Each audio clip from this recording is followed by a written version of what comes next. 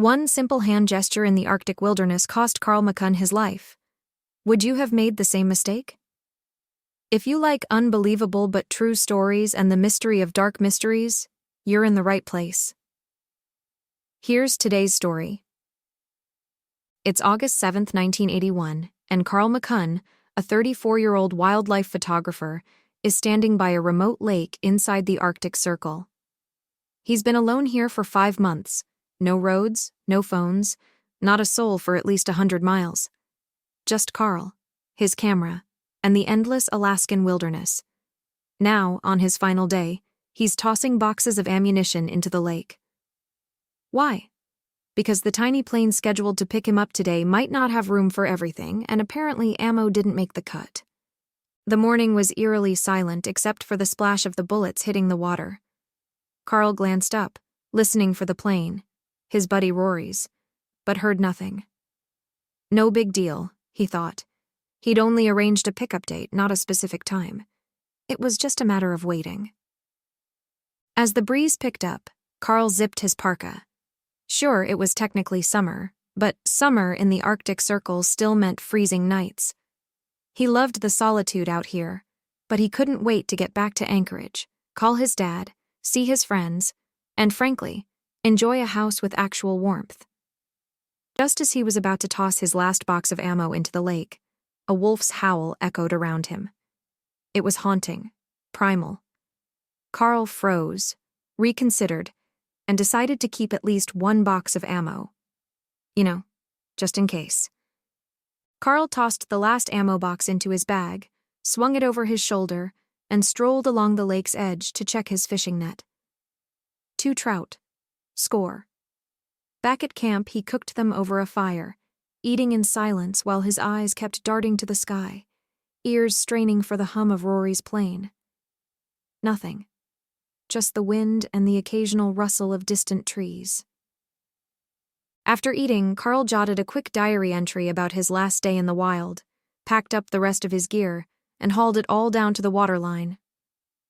Sitting on his trunk, he gazed out at the pristine lake, the towering mountains, the vastness of it all. It struck him. This was it. The last moments in a place he'd called home for 5 months. Despite the isolation, this trip had been a huge success. 500 rolls of film that could bankroll another wilderness adventure next year.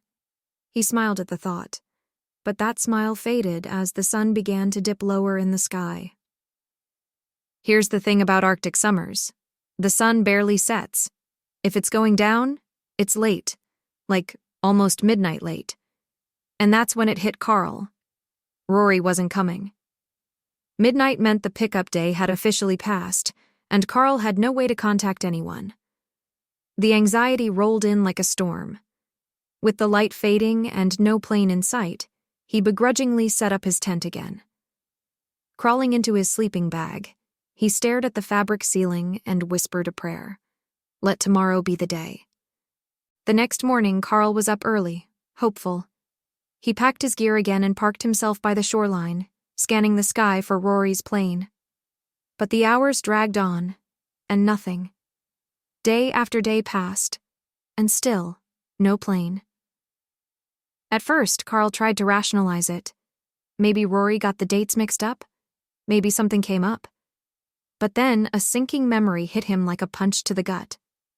6 months earlier, when they'd made these pickup plans, there'd been, let's just say, a lot of beer involved.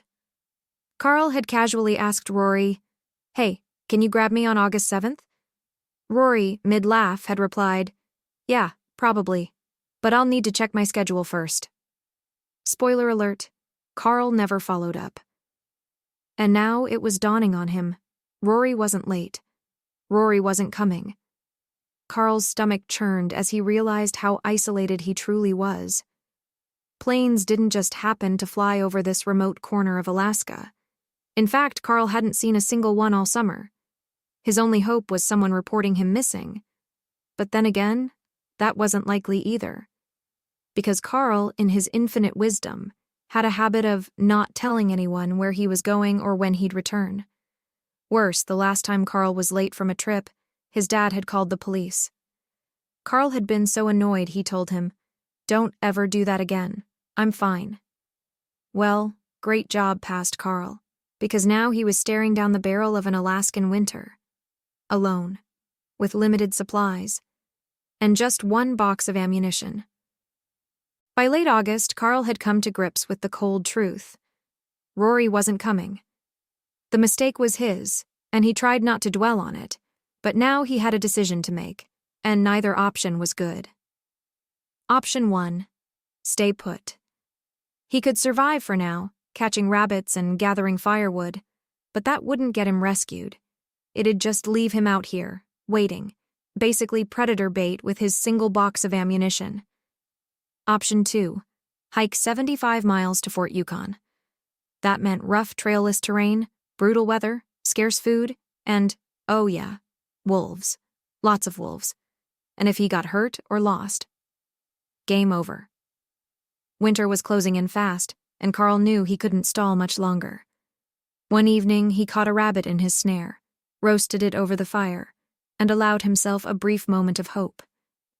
Maybe staying isn't so bad, he thought. But deep down, he knew better. Sitting here was just delaying the inevitable, and he needed a real plan, fast. Just as Carl was mentally wrestling with his bleak options, a sound broke through the stillness.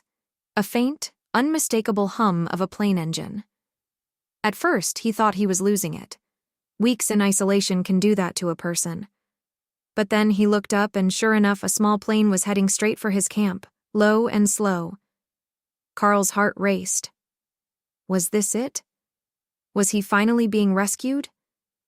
Without wasting a second, he grabbed the brightest thing he could find, his neon orange sleeping bag, and flailed it in the air like a madman. The plane belonged to the Alaska State Troopers. His friends must have reported him missing. Relief surged through him as the plane passed directly overhead, so low Carl could see the pilot's face. He threw his fist in the air, practically shouting, "I'm saved!" The plane banked into a wide U-turn, and Carl watched it circle back for another pass. Surely they were scoping out a landing spot. Carl scrambled to pack his camp, his eyes glued to the plane. But then it just kept flying, straight ahead, farther and farther, until it vanished over the horizon. For hours, Carl stood there staring at the empty sky, waiting for it to return. But it didn't. That night, lying in his tent, he couldn't sleep. Why hadn't they landed? He had seen the pilot, made eye contact even, or at least he thought he had. So why didn't they stop? Carl tried convincing himself that maybe the pilot couldn't land because of the rough terrain. Yeah, that had to be it. Maybe they'd gone to grab a float plane to land on the water. Clinging to that hope helped him feel slightly better, but not enough to sleep. Resigned to another sleepless night, Carl grabbed his flashlight and started looking for something, anything, to read. By now, he'd read every book, magazine, and even his diary countless times. He was desperate. Then he spotted his hunting license. It wasn't exactly riveting material, but it was new. So he unfolded the little paper certificate and scanned through the rules, regulations, and safety tips. Flipping it over, his eyes stopped cold. His heart nearly did the same. Carl read the line again, then again, and again. Each time the words sank deeper. Suddenly it all made sense. Why the pilot didn't land, why the rescue never came. The realization hit him like a freight train. For weeks, Carl clung to the hope that the plane might return, but it didn't. By the time he accepted the harsh truth, it was too late to hike out. The lake was frozen solid, making fishing impossible. His snares sat empty with wolves and foxes beating him to every catch. By October, Carl was dangerously thin. By November, he was starving. Thanksgiving Day, November 26th. Carl lay shivering in his tent, staring at his frostbitten fingers and toes, now blackened by the brutal Arctic cold. His food was gone, the fire outside his tent was dying, and the endless winter offered no mercy. Sick, starving, and freezing, Carl picked up his diary. He wrote one final sentence. They say it doesn't hurt. Then he placed the diary beside his rolls of film, reached for his rifle, and chambered his last round. Moments later, a single shot echoed across the frozen wilderness. Months later, in February 1982, Alaska State Troopers discovered Carl. He hadn't survived. But here's the gut-wrenching part.